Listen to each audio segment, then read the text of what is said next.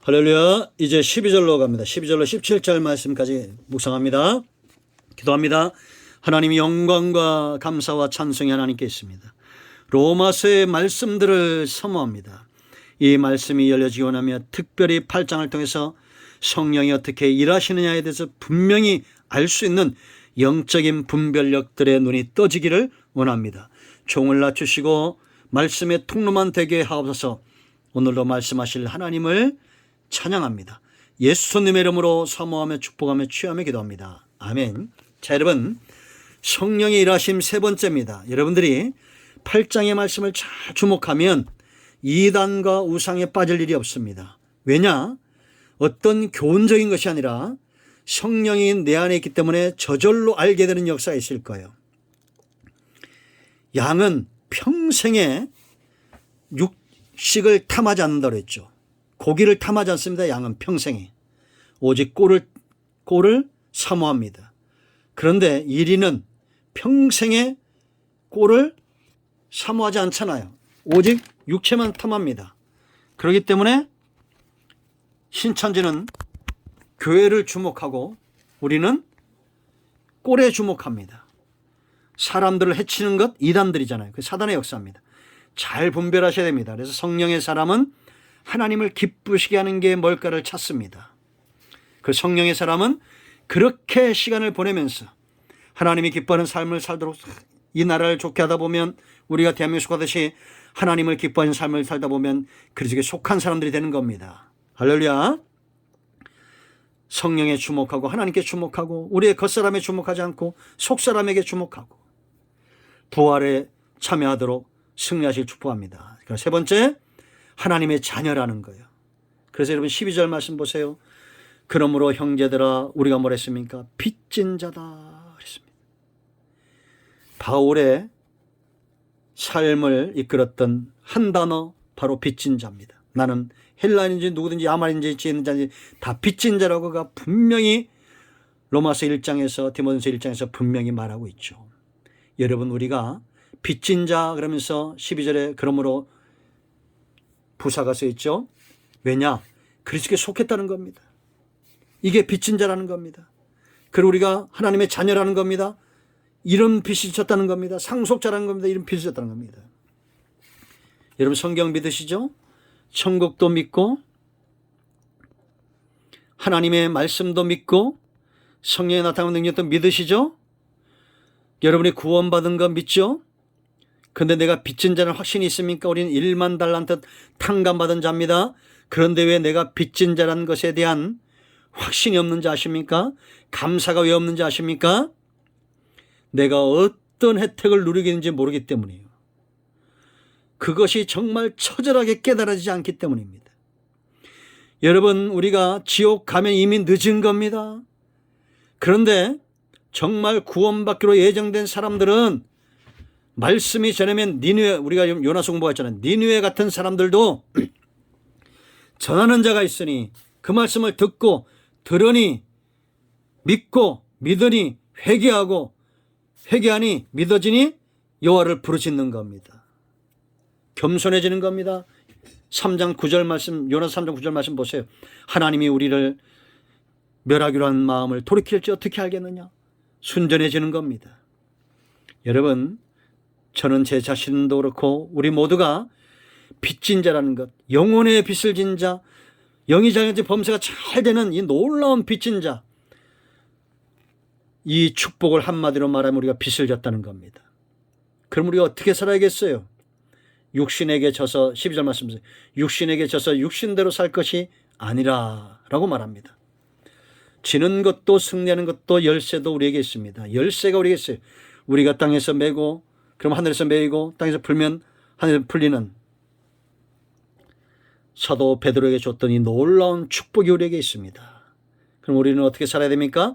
육신에게 지지 말아야 됩니다. 할렐루야. 지금까지 우리가 1절로 11절까지 얼마나 놀라운 축복들을 봤어요. 이런 축복을 경험하고도 우리가 육신대로 지면 안 되겠습니다. 13절 너희가 육신대로 살면 반드시 죽을 것이로되 영으로서 몸의 행실을 죽이면 살리니라고 말합니다. 자, 우리가 여러분 이미 구원에 대해서 예수님이 죽으심으로 더 이상 지옥 형벌을 우리가 당하지 않습니다. 그런데 우리가 삶의 사망이 있고 이 땅에서 육신대로 살면 하나님이 기뻐하는 삶에 들어갈 수가 없어요. 그래서 여러분 축복은 어디에 열린다고 했어요? 순종할 때 열린다고 했죠. 경부선을 타면 부산에 도착하듯이 순종의 길을 가고 약속의 말씀대로 살면 이 약속의 말씀들이 그대로 이루어지는 겁니다. 성경에 얼마나 놀라운 약속들이 있습니다. 영적인 약속만 있습니까? 범사의 약속들이 있습니다. 육신의 고집을 부리면서 아무것도 얻지 못하는 가라고 굶주린 삶으로 가는 것이 아니라 날마다 성령을 쫓아 우리의 육체의 행실을 죽임으로 생명의 길로 가는 은혜가 있기를, 깨달음이 있기를 축복합니다. 자, 14절. 무릇 하나님의 영으로 인도함을 받는 사람은 곧 하나님의 아들이라 라고 말합니다.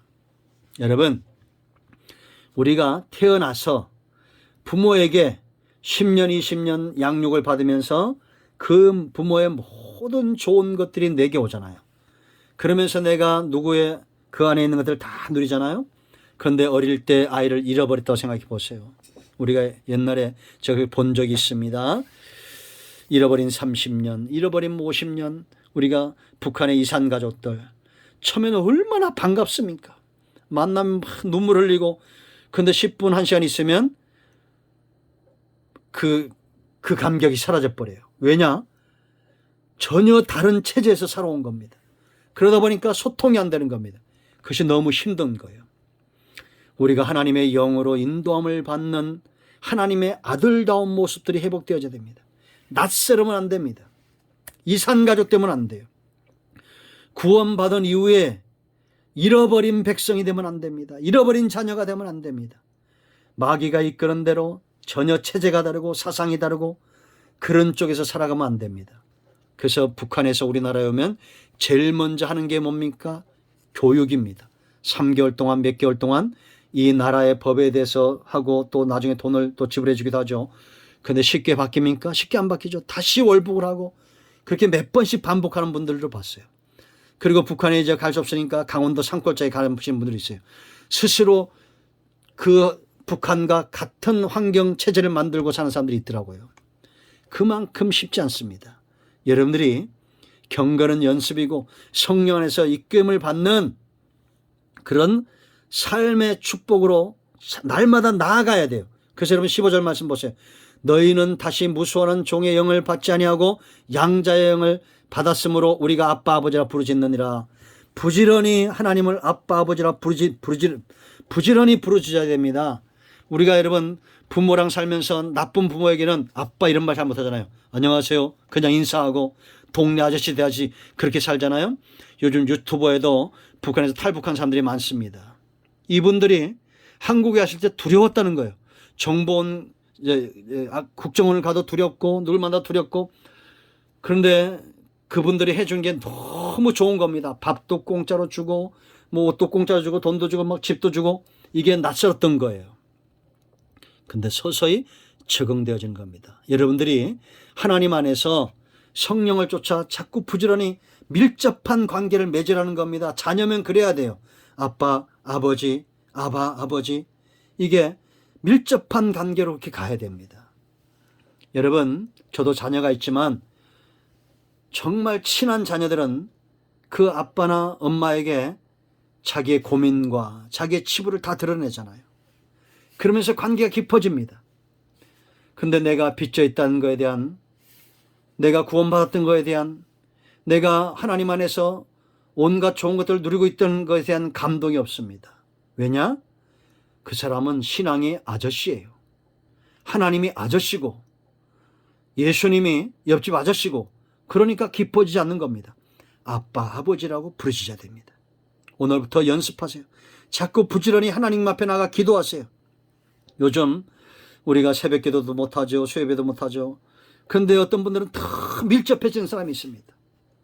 분명히 있어요. 제 간증을 들어요. 오늘부터 아빠, 아버지라 부르짖으세요. 그러나 절대 낙심하지 마세요. 할렐루야. 그런 분들, 빚진 자, 하나님의 자녀가 분명해지는 겁니다. 오늘은 여기까지 하겠습니다. 기도합니다. 하나님, 이 말씀대로 되기 원합니다. 오늘부터 빚진 자로 하나님 앞에서 육신대로 살지 않고 영으로서 날마다 하나님과 밀접한 관계 속에 살아감으로 하나님의 자녀됨이 분명한 삶의 은혜를 누리게 하옵소서. 예수님의 이름으로 사모하며 축복하며 기도합니다. 아멘. 이제 선포합니다. 여러분 낙심하지도 말고 절대 의심하지도 말고 불신을 갖지도 마세요. 예수님의 이름이 능력이 있습니다. 김동학 목사가 아닙니다. 여러분 자신이 아닙니다. 예수 그리스도 이미 예정 가운데 우리를 부르시고 자녀 삼아주신 하나님의 능력이 예수 그리스도를 통해서 나타납니다. 나산 예수 명언이 병든 자는 치유되며 일어나며 모든 병만은 떠나가며 암덩어리 녹아지며 모든 성인병들 모든 현대의학으로 치료하지 못하는 질병들은 치유될지어다. 병마야 떠나가라. 막힌 것들은 열려질지어다. 예수님의 이름으로 축복하고 선포하며 믿으며 기도합니다. 아멘. 해결되었습니다. 간증을 나누시 바랍니다. 많은 분들의 간증이 있습니다. 여러분 모두가 이와 같은 간증 속에 축복을 누리기를 축원드립니다. 아멘.